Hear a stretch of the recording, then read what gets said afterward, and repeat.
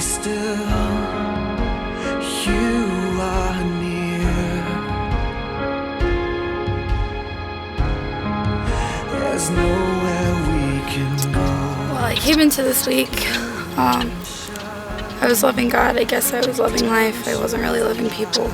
Really looked for fulfillment in a lot of other things that weren't making me any happier. And it's like all this time my faith has been like flowing water. It's nice and clean and clear, and then for like the past month it felt like it stopped and it was like stagnant, standing water. It gets all mucky and gross, and there's all these other things clouding it. I just all through the week I just felt God telling me, like, it's time for you to start living for me. You almost use Jesus as like a patch to like fix things. There's definitely using Jesus as a patch. I had made that commitment before, but I still lived the same life, and I still did the same things, and I still hung out with the same people. Coming to camp really cleared that up and reintroduced the message to me in a way that I'd never heard it put before. Like, it doesn't mean things aren't going to be hard, but things are going to be okay because you're with Him. I knew that I needed to just give everything and stand up and in front of 1,000 people and say, like, here I am, God.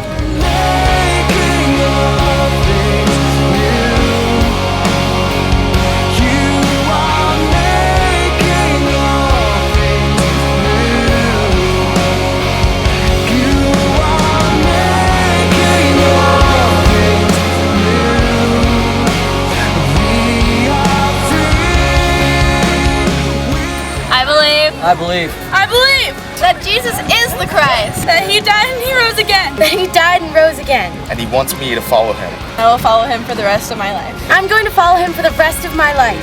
I believe. And I believe I believe Jesus is the Christ. Jesus is the Christ. That Jesus is the Christ. That He died and He rose again. That He died and He rose again. That He died and rose again. He calls me to follow Him. And He calls me to follow Him. And He calls me to follow Him. And I'm going to follow Him for the rest of my life. I'm going to follow Him for the rest of my life. And I'm going to follow Him for the rest of my life.